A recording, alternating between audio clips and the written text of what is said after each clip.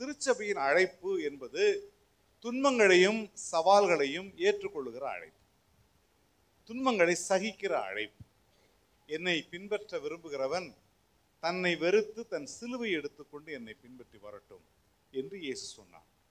ஆக இந்த கேக்கை உருவாக்கும் பொழுது, அது சுடப்படும் பொழுது அது சில துன்பங்களை சந்திக்கிறது. அதன் பிறகு ஒரு அழகான கேக் அதிலே நமக்கு கிடைக்கிறது. அதன் பிறகு என்ன ஆகிறது?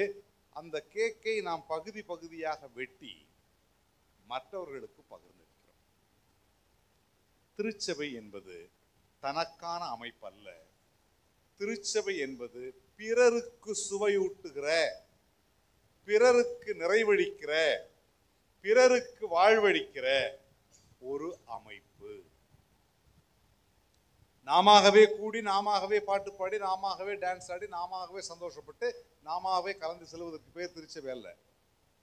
இந்த திருச்சபை என்பது இந்த உலகத்தில் மற்றவர்களுக்காக பணி செய்ய, மற்றவர்களின் வாழ்வை பாதுகாக்க, மற்றவர்களின் தேவைகளில் அவர்களோடு கூட இருக்க, இன்னல்கள், இடர்கள், நோய்கள், துன்பங்கள், இழப்புகள் இப்படி ஏதாவது நேர்ந்தால் அப்படி துன்புறும் மக்களோடு தன்னை இணைத்துக் கொள்ளுகிற அமைப்பு தான் திருச்சபை.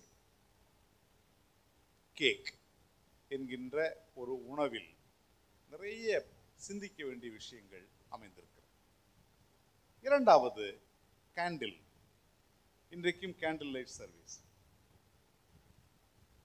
இந்த கேண்டில் அது என்ன நிறத்தில் இருந்தாலும் சரி, என்ன வடிவத்தில் இருந்தாலும் சரி, என்ன உயரத்தில் இருந்தாலும் சரி, அந்த கேண்டில் செய்கிற வேலை என்னவென்றால், அது தன்னைத்தான் கரைத்து கொண்டு இந்த உலகத்துக்கு ஒளி தருகிறது.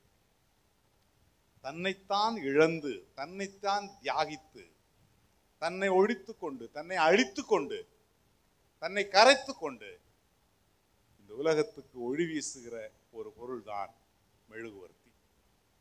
மெழுகுவர்த்தி தீப ஆராதனை என்று ஆண்டுதோறும் நாம் கொண்டாடுகிறோம். மெழுகுவர்த்தி காலகாலமாய் ஒரு பெரிய பாடத்தை சொல்லுகிறது. நாம் பிறருக்கு ஒளி தருவதற்காக அழைக்கப்பட்டவர்கள். ஆகவேதான் இயேசு தன் சீடர்களை பார்த்து சொன்னார், நீங்கள் இந்த உலகத்துக்கு ஒளியாக இருக்கிறீர்கள். You are the light of the world. நீங்கள் இந்த உலகத்துக்கு ஒளி. ஆண்டாண்டு காலமாய், தலைமுறை தலைமுறையாய் இந்த உலகத்தை கவ்வி பிடித்திருக்கிற இருளை விரட்டி அடிக்க, இந்த இருட்டை அப்புறப்படுத்த ஒளி தீபங்களாய், ஒளி பிழம்புகளாய் திருச்சபையின் மக்களாகி நாம் ஒளி வீசுவதற்காகவே அழைக்கப்பட்டிருக்கிறோம். கடைசியாக, கிரைஸ்ட். கிறிஸ்து பிறந்திராவிட்டால் இன்றைக்கு நாம் இங்கே அமர்ந்திருக்க மாட்டோம்.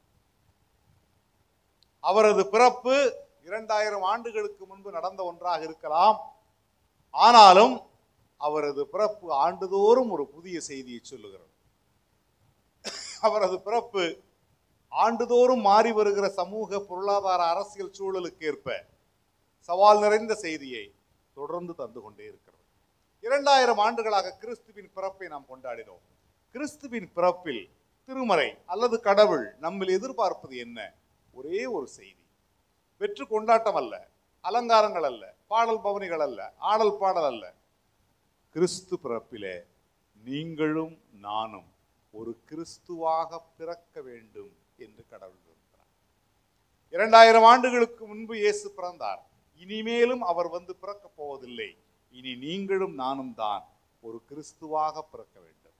அந்த கிறிஸ்து இயேசுவில் இருந்த அதே சிந்தை உள்ளவர்களாய், கிறிஸ்து இந்த உலகத்தில் வாழ்ந்து காட்டினது போல, அவர் சிந்தித்தது போல, வாழ்ந்தது போல வாழ்வதற்காக நம்மை அர்ப்பணிக்க மீண்டும் நம் வாழ்வில் கடவுள் தந்திருக்கிற இன்னொரு வாய்ப்பு தான் இந்த கிறிஸ்துமஸ் காலம்.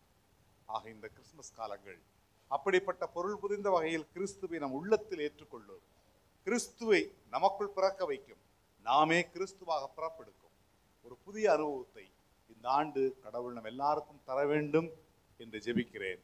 உங்கள் அனைவருக்கும் கிறிஸ்துமஸ் மற்றும் புத்தாண்டு வாழ்த்துக்களை